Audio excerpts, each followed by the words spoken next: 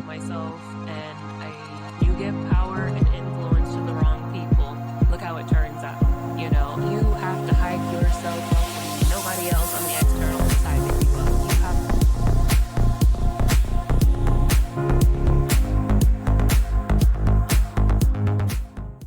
Welcome back to Ascension with V. I'm your host, Stashia Jeanette, aka V. And today I'm going to talk about something that is kind of going to be like a little hodgepodge of things, a slight story time, but also in answering some repetitive questions that I've had about my health stuff, particularly from one of my most viewed videos, my life after total colectomy video. It's got something like 16,000 views and a bunch of comments where people are wanting to know, what my frequency is like now, what life is like about it, what life is like now currently, how I'm dealing with it after it was 2014 when I had my total colectomy. My ileorectal anastomosis is what I had done, and the process of kind of that where I'm at now here going into 2026. So I'm going to answer a few of the questions from there, and I'm going to talk about, you guys have been asking me about the endometriosis, where I'm at with that, and you've been asking about my progression with learning about hEDS, hypermobile Ehlers-Danlos syndrome, and what I'm doing with that, and essentially how things have changed for me, my eating habits, my dietary changes, and my mental health, and just in general, and also kind of what it's like bringing everything together with like this, the mental aspect or the spiritual aspect. Has the spirituality played a part in any of the things? So we're going to go over all of that right now, and so I'll just dive in. Again, I got my notes and I'll try to cover as much as possible. If I need to make this a two-part thing, I will, but let's just get into it. So one of the most requested questions that I've had as far as life after my total colectomy is the frequency. How often am I going to the bathroom now? So the context of it is essentially I wasn't going to the bathroom at all. I was having zero bowel movements, and I was being impacted. I was getting impacted and having to go to the ER for clean outs, and they were throwing lactulose and tons of things that should have made me blow out the entire hospital's bathroom, and nothing was happening. So now, years and years later, after having, how long has that been? 2014, 15, 16, 17, 18, 19, 20, 21, 22, 23, 24, 25. So this is like 10 years now since I've had my surgery, and the frequency still depends upon how much I'm drinking. That's liquid, right? So I try to incorporate these drinks called Kate Farms Soul Nutrition, not sponsored, by the way, but Kate Farms, if you want to sponsor your girl, hit me up. I try to incorporate a Kate Farms Soul Nutrition drink at least once throughout my day. But the caveat to that is that my body processes it as like just liquid, like a just liquid food or what have you. And so when I am having just liquids, my frequency is upped at least 2 to 3 more times throughout the day. My normal frequency without drinking a Kate Farms or having a smoothie or anything like that is usually like 1 or 2 times a day. And the consistency of it is just, it's like mushy, like mashed potato consistency. Sorry, again, you guys, if this is not your thing, if you don't want to know about it, then just click out. But there are a lot of people who do need this information, so this is what it is. But if I drink Kate Farms, if I drink a smoothie, if I'm drinking, say I have soup or some other kind of liquidy form of food, it's 3, 4, sometimes 5 times a day, and it's liquidy. So I'm still having to try to find that happy medium between how much am I going to drink, especially if I've got to be out of the house during the day a lot. So that's something to take in consideration. Again, I take this having to kind of figure out my schedule and what I'm going to eat based upon my schedule on whether or not I need to be out of the house a lot or if I can stay home throughout the day mostly, over being impacted, being so sick, having to go to the ER, looking like I'm carrying quadruplets in my stomach because I've not gone to the bathroom in 2 weeks, so it's not perfect, and it's I don't want to ever paint the persona or paint the picture that once you have this surgery, be it the total colectomy or the ileorectal anastomosis for slow transit motility or not, there will be things that are still difficult that you still have to adjust and adapt to and trial and error your way through, really. So I wish I could give kind of like a better answer to that. Everyone wants to know, what's the frequency like, and how often, and it just depends upon and again, whether or not what I'm eating has a lot high liquid content or not. Also, the next runner-up question has been about the staying hydrated. Staying hydrated is an absolute nightmare for me. I also have POTS, positional orthostatic tachycardia syndrome, and dysautonomia. So, I'm again 10 years out and I'm still trial and erroring it. I'm still trying to get it together. I'm still just now learning about hEDS and working with someone who specializes it. And it's a beast. It's a beast to conquer and understand, but I do try to incorporate things like the Noom tablets, NUUM tablets, or drip drop or element hydration sources to my diet, because water by itself is not it. It isn't sufficient enough. It doesn't hydrate adequately enough to sustain my body and its energetic needs, because with no colon, I'm not absorbing the liquid. I'm not getting a lot of my nutrition. So I am currently still battling with like malnutrition, not because like I'm just not eating, it's just because I'm not absorbing the nutrition because I have no colon. Because I have no colon, and also because of hEDS. It's again learning as I go. This is a part of it as well. So there's a lot of moving pieces to it. There's a lot of things that are making my hydration and my nutrition increasingly ever difficult for me to grapple with, to get a grasp and a handle on. And some of these things may be a non-factor for you guys of if you don't have hEDS, if you don't have Ehlers-Danlos of any kind, if you don't have, POTS or any other thing that's contributing to your difficulty with holding and maintaining your hydration, and the only thing that you're dealing with is just the lack of colon, then you may be able to retain more hydration by, again, also incorporating some of the things, like I said, the Noom, the Element hydration supplements, or the liquid IVs, or the Body Armor has also another thing is like a flash IV, the drink, or the powder packets. Those things could also be sufficient for you. But if you're like me and you also have, other layers of added complexity to the situation, then it's going to be again another process of the trial and error of kind of figuring out what does or does not work for you. Some people have what's resistant, what do they call it, reactive POTS, and that's where, regardless if you wear the compression socks, like you still pass out because it's the lack of salt. You need more salt in your diet. And other people, it's just that you don't need the salt, you just need the compression things. And again, trial and error to figure that out. There is no one size fits all in this situation for those of us who have POTS or dysautonomia or Ehlers-Danlos syndrome, of any of the 13 categories of the Ehlers-Danlos syndrome. Again, is something that I'm figuring out and finding out. Essentially, it's me, and I have, one occupational therapist that knows is very qualified with Ehlers-Danlos syndrome, and but outside of that, it's me, just figuring it out. And you guys have got to be your own biggest advocate for yourself and document, write notes, keep track of what works for you and what does not.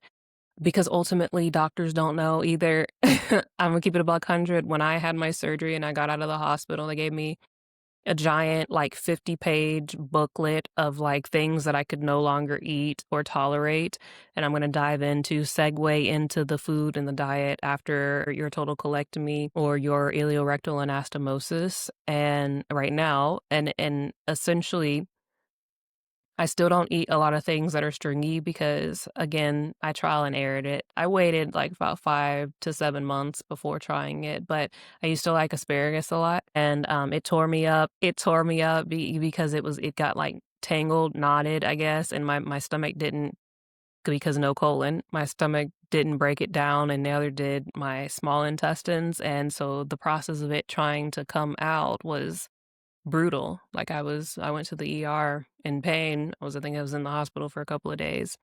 Also, I don't know if this will be relevant for you guys, but don't eat poke. Those poke bowls also sent me to the hospital because it had, like, raw fish or something in it, and I'm not sure exactly what it was that was in the poke bowl.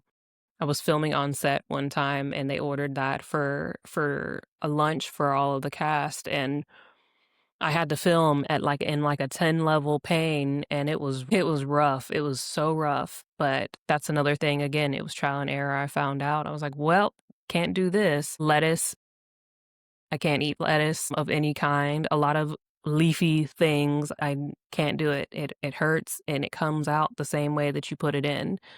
Know that a lot of the things that you guys eat will come out the same way that you put it in because your colon's not there to do its part in the digestive process. So when you think about what you're going to eat or what you're eating, it's important to keep that in mind of, like, how is this going to feel coming out? Don't eat any raw vegetables. Raw vegetables are not your friends. Baby carrots and celery sticks used to be my go-to healthy snack. I mean, I love that with a passion. And again, because I'm like, I'll just try this. I waited about a year and a half at this point to try and eat baby carrots again, just raw baby carrots. And again, 10-level pain, went to the ER, don't recommend it. I also have tried recently again, like, I'd say over the last 2 years ago, I tried it, don't recommend it, still hurt, still was rough, still ended up having to, I had to take pain medicine for a while with that. Didn't go to the hospital, but I did have to take pain medicine for it. So raw vegetables are no longer your friends. They may be a healthy snack, but if you want to eat veggies, steam them. You have got to make sure that they're soggy, so soggy. Like, when I first had the surgery and I had to steam my veggies, I was so deflated because I was like, this is like baby food. And it is. It's an adjustment. You gotta get used to the texture in your mouth, but your stomach and your intestines will thank you for the process because, again, you don't have the heavy hitter to help you break it down and digest, and it's unfortunate that essentially you have to put it in your mouth the way that, your stomach and colon would have it before it reaches your rectum to come out. Yeah. Again, always keep in the forefront of your mind that the way that you put it in your mouth is the way that it will essentially come out. So to alleviate the pain, the terrible pain of the digestion process when you're eating food, try to eliminate your raw vegetables. Try to eliminate things that are stringy. Try to eliminate lettuce and leafy greens. Try to eliminate popcorn. Look, I know red meat, we can't break it down. We can't break it down without listen, you guys can trial and error it on yourselves, but I'm just telling you, I did the things so that you don't have to. I did the things so that you all do not have to do it. Red meats, for anybody, red meat is hard. Even if you have a colon, it's hard on your stomach. It's really hard to digest and break down. Even if you are doing the, like, 100 chews before swallowing method, it's still hard on your stomach and intestines to break down. So imagine it without the colon to help do its heavy lifting in the process of digestion. Really, it's brutal. It hurts. It hurts the entire way through. So yeah, you guys, again, do what you want. Try it out for yourself. After you're past the 1 year mark on your surgery and recovery, wait until you can fill your butthole before you try eating red meat again. really honestly, because it'll give you a false sense of hope. It'll give you a false sense of hope. If you eat things that you think you can eat while your lower part of your intestines and rectum is still numb from the nerves being cut through the surgery, that also got me. I was like, "Oh, this is great. I can do this." But then it's it's just because I couldn't feel it. And then once I could feel it, I was like, "Oh, okay, that's not good."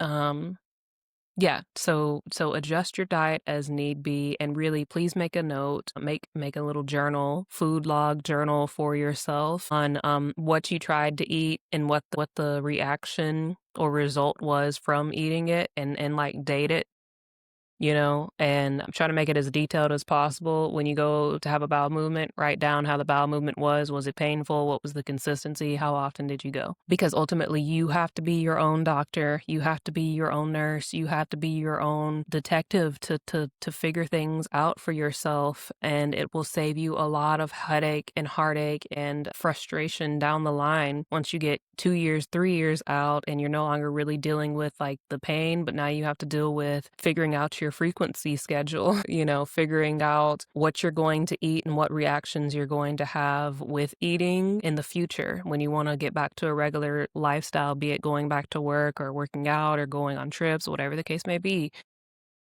Going on trips, segueing into that next question that I've gotten a lot is, how do you travel? I travel the same way, whether it's in town or out of town, out of state, out of the country. I keep a bag on me. I keep a bag on me. I keep a bag with like panty liners and pads. I keep a bag packed with lidocaine for booty numbing. I have booty cream. It's not what it's called. It's called Coloplast moisture barrier, but I get the clear kind because otherwise you're gonna have kind of like white balmy stuff on your butt, and it's not a good look, especially if you forget, and you're trying to be intimate with somebody, and they're, it's like, ew, what is this? What is this white paint on your butt? So yeah, Coloplast moisture barrier is a godsend. Usually for the first year, your frequency and consistency is usually just water.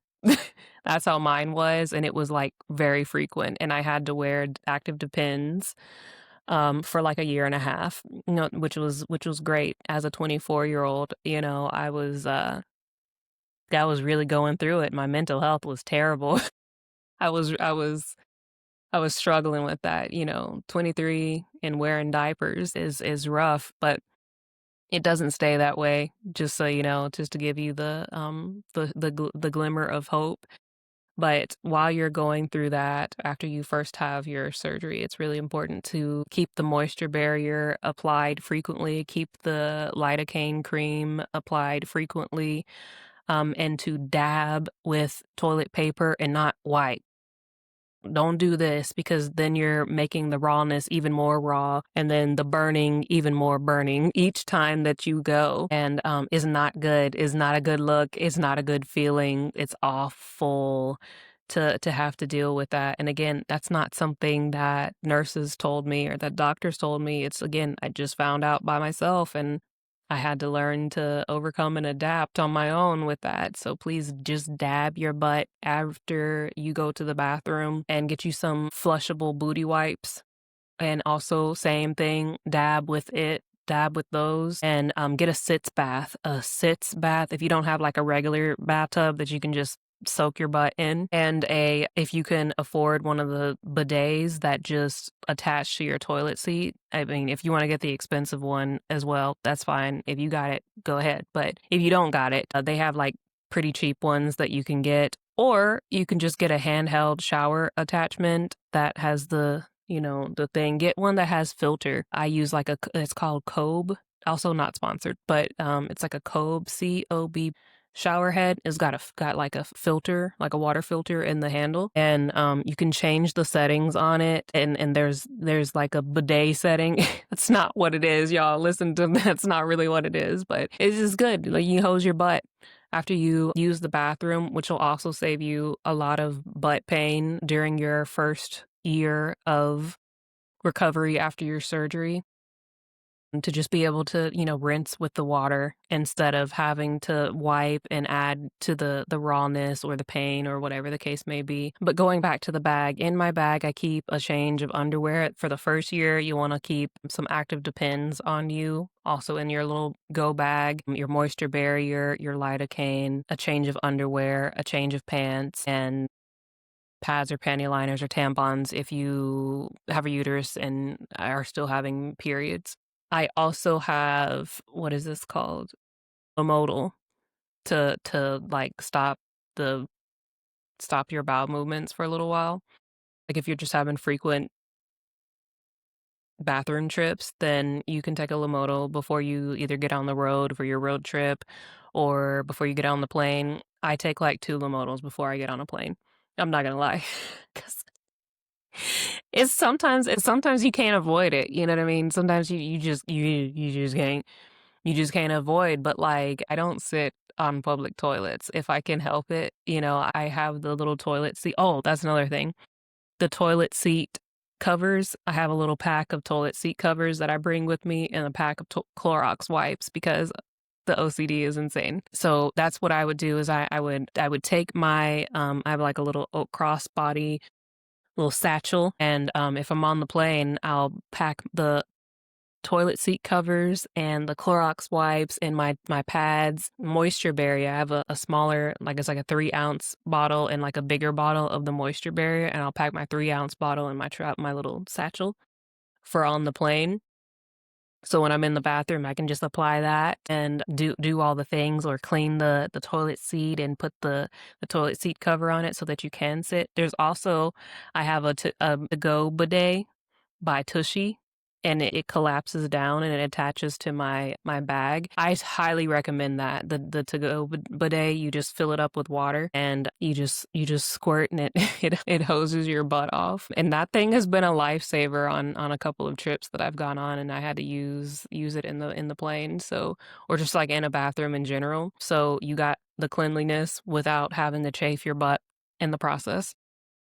And that's what I keep in my to-go bag. The Lomotil is a lifesaver for going on trips. People ask me that frequently. How do you travel? Lomotil, and my go bag. I think that's pretty much it about the life after total colectomy questions. Those were the big hitters. Those are the biggest things that people have been asking me about. And if I did not cover anything, you guys know what to do. Leave me some comments in the ask your questions in the comment section, and I'll be sure to answer them just as I have in the previous life after total colectomy videos. But now I'm going to segue into the questions about the hEDS, living with hEDS, learning about my hEDS and what it is for me, what it's like for me. And that in itself, again, like I said, has been its own separate beast. I made that documentary in 2023 called Diagnosis Uncertain. If you've not seen it, it is on my page, or you can just search it on YouTube. And at that time, I did not know that I had hEDS. Like, when I was up at the specialty hospitals, and they were very adamant at like, no, you don't have Crohn's disease, you don't have Crohn's. But I was having all these, stomach things, and of course the slow transit motility, which led to me having my colon taken out. But they were like, is not the Crohn's, like your colon doesn't work, because they never wanted to say the word gastroparesis, but like literally nothing happened when they did the SITS marker test. None of the rings left my colon because my colon didn't work. So, like, I don't know what else to call that. Like, but gastroparesis, slow transit motility, gastric paralysis type situations fall under the house of Ehlers-Danlos, regardless what subtype you may or may not have. And there was one, I also got diagnosed up at this hospital where they were telling me that I had POTS and dysautonomia. At one point in time, they did kind of tell me like, oh, well, you're bendy, you're flexible. But again, times were different. Like 2013, 2012, 2013, and 2014, hEDS and Ehlers-Danlos was not like as what am I trying to say, medically accepted as it is now. Like, doctors still kind of thought that it was like a woo thing, or like it was like a cop out, or it wasn't really, they didn't legitimize it. For lack of better words, they just didn't legitimize it. And so instead of them being like, "Oh yeah, like this is probably the thing that you're dealing with. This might be the primary culprit of your issues." They just continued to let me go on this wild goose hunt of, trying to figure out what was happening with my body and making me feel like I was insane. So another thing that people have asked me about is my mental health, because it was not great. It literally was not great because everybody was making me feel like I was crazy about the things that were happening in my body. Like, I constantly felt like I was going insane because I was feeling all of this pain in every inch of my body. My muscles were on fire. My head was hurting. I was sensitive to light, and my skin felt like it was bursting into a ball of flames every time I would go outside in the sun. I was passing out every time the temperature got above 70 degrees. I couldn't stand in lines at all. I kept passing out. It just, so much was happening to me, and nobody was giving me any straight answers. It was just a lot of runaround. It was just a lot of like, "Oh, well, no, your anxiety is the anxiety, your anxiety." Like, a lot of things were just cast off as anxiety, and it's like, "So here's some more pills for this." And the decision for me to come off of all of the medication was probably the best decision I've ever made in my entire life. Ultimately, again, if you guys have not seen Diagnosis Uncertain, you should probably go and watch that so you can get the kind of context to this. I'm not gonna rehash and recap it now because it doesn't matter, it's irrelevant. But just to kind of brief it, I was on like something like 25 different medications at one point, and I was so disconnected from my body, and everything was causing side effects. And it's kind of like I was just waiting for spontaneous combustion. But like, whenever I would ask about coming off of medications, nobody wanted to take me off because they were like, "Oh, you've been on these medications for so long now, like it's just dangerous for you to come off of it, or, the process of coming off of it's going to be difficult, and this, that, and the third, and blah, blah, blah." But then also, in the notes talking about this patient is highly probable for spontaneous combustion at any moment due to medication overlap or what have you. Again, don't know the medical term for it, but like, it was such a hot mess, and so I had to kind of make the decision for myself. Okay, well, if I'm facing certain death either way, whether I stay on the medicine or whether I try to come off of it, I'd rather take my chances trying to come off of it and trying to let my body have a fighting chance of healing itself, and at least try to go out knowing who I am and what my body's like for once in this lifetime. And that's what I did, and so once I made that decision, God Source Universe backed me on it and led me through the process of doing it. Now listen, I'm not co-signing nobody to come off of their own medicine. This is just my story, this is my journey, this is what I did, and this is how I'm here currently right now. But it wasn't easy.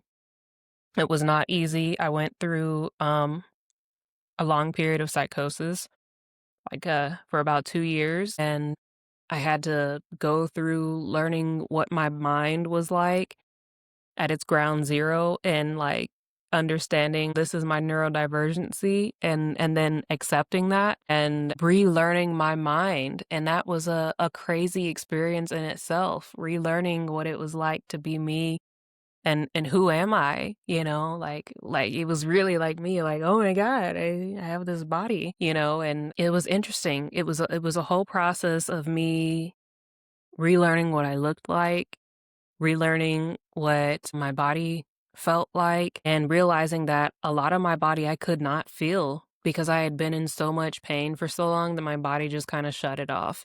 Your body does a thing when you're experiencing so much pain or trauma in one area that it like disconnects, like it senses from whatever is causing the trigger or the pain. For me, that was my entire body. So literally over the last couple of months, I've been working with tapping back in and visualizing my body. I was given an exercise to visualize my head down to my neck, and I couldn't do it because I didn't know what I looked like. And then once I got past that point of being able to look myself in the mirror without being like afraid because psychosis from before, right? But once I got past that point and I realized what I looked like and I could visualize myself when I closed my eyes and I'm like, oh, okay, this is what I look like. Then it was starting with okay, now go down from neck to shoulders to torso, from torso to waist, from waist to thighs, from thighs to knees, from knees to shins to ankle and feet. But like when I started working with my occupational therapist recently, I could not feel 99% of the muscles that she was trying to get me to engage. Because when we went to do the visualization of that part of my body, I couldn't see it. Literally, I couldn't see it. And that's hEDS. That's what hEDS has done. It's like the constant level of being disconnected from your body because it hurts, it hurts. And that was one of the things that I got hit with after I came out of my like psychosis mental breakdown from detoxing from all the medications that I was on, was the immense amount of pain. When I tell you guys that like I'm in a good bit of pain most of the time. For me, I can tolerate up to like a 5 or a 6 of pain. Like once it hits 7.5, there's some things that I'm not gonna be able to do, but it's a lot, and I cried a lot because it was realizing, oh my God, this is what my body has been going through all along, and I was pushing it and I was forcing myself to try to function and be quote unquote normal when I'm not. And that's why every year something was getting broken or dislocated or something was happening with me because I was pushing my body beyond its limits, but I just couldn't feel it. So people with hEDS, we don't feel when we're, subluxed or when we have dislocated a joint or when, we're pushing our joints beyond the normal range of bend or movement until essentially we've gone too far and now it's like popped out of place completely where it's just a dislocation or something of this nature, right? And so what I have been doing recently is trying to work on my proprioception with my body, and that is the connection, the mind to body connection of myself, of my joints. And a lot of the things that I'm doing currently right now is, working on muscles that are supposed to be carrying the weight of certain body parts. Like for instance, right now it's my shoulder and my arm, and apparently my traps have been doing my trapezoid muscles have been carrying the weight of like my arm, and now I'm learning to have my arm muscles do the work for supporting and carrying it. And I feel like I'm carrying a bowling ball around because my muscles are so weak. Even though I've been doing strengthening, the muscles that I have been using to do my strength training were not my arm muscles. They were like the referred muscles in my traps or in my upper back. Same with when I'm doing things for trying to stand, I'm like hyperextending my knees, so I haven't been using the right muscles that are supposed to be supporting my legs and knees. And so my legs, I'm having to relearn how to do squats the right way by using the right muscles, and it's overwhelming to say the least. I have a body braid. I have a video on the body braids website of the first time that I put the body braid on, and it does help. It's essentially like what it sounds like. It's a full body brace to help kind of with the proprioception, the awareness of the movement of the muscles, of where am I at in space kind of situation, know where my muscles are when I'm moving, and to kind of like stop me from going out of bounds or moving too far. I'm still kind of like not able to do much with this arm because apparently I had severely injured my collarbone and for some time, and it has been dislocated for some time, and my occupational therapist put it back in place recently. And so now it feels like a limp noodle because again, I haven't been using the muscles to support my arm the right way. So a little bit of a struggle trying to do the things, but essentially when I'm wearing the body braid, it comes up over the shoulders, and sometimes I'll have one of the straps over here, like right here on the upper part of the shoulder or arm. And when I move, it'll kind of prevent me from moving my arm too far back or forward to prevent it from having a subluxation or a partial dislocation of the joint. So what people with hEDS have is muscle tightness and joint weakness, joint elasticity. So it's our muscles that are holding our joints in place instead of the joint itself holding itself in place. Our joints are too lax. Our joints are too loose, and the connective tissue is from the head to the toe. So everything that has connective tissue can be affected by your Ehlers-Danlos syndrome. And that us using our muscles constantly to hold ourselves in is why we have so much fatigue. And again, working with my therapist, it's been so reassuring and refreshing to know that like my constant exhaustion and fatigue isn't just what doctors have been saying, like, oh, it's just in your head. It's just in your head. You're just making it up. It's just your anxiety. You're exhausted because you're anxious all the time. No, it's because my effing muscles are having to work overdrive to try and prevent my joints from subluxing and dislocating and popping out whenever I'm just trying to relax. 99% of the time that I've gotten hurt, it's been when I was just like sitting in a bathtub or laying in bed, is because, again, my muscles relaxed and then everything was just like pop, and that's the nature of it. It's not that injuries don't occur when you are active, but more than likely the times that a subluxation happens is when you're trying to relax, while you're sleeping, while you're hanging out, whatever the case may be. And that's just how that's just how it's been. That's just been the situation for me of learning to adapt to my limitations and being okay with that. If I could tell you guys anything, it's to honor your body and listen to its cues, listen to its signals. This goes beyond the physical and even into to the spiritual realm of, your spiritual gifts and abilities. Your body's constantly talking to you all the time, whether or not you have spiritual gifts or not. When there's something wrong, it will send a signal, and it's up to you to be able to pay attention to the signals and to respond to it accordingly. And for a long time, I wasn't doing that with my body physically because, again, I was trying to fit into a world that was not made for me. I was trying to force myself to perform and to show up as normal, quote unquote, as possible for others.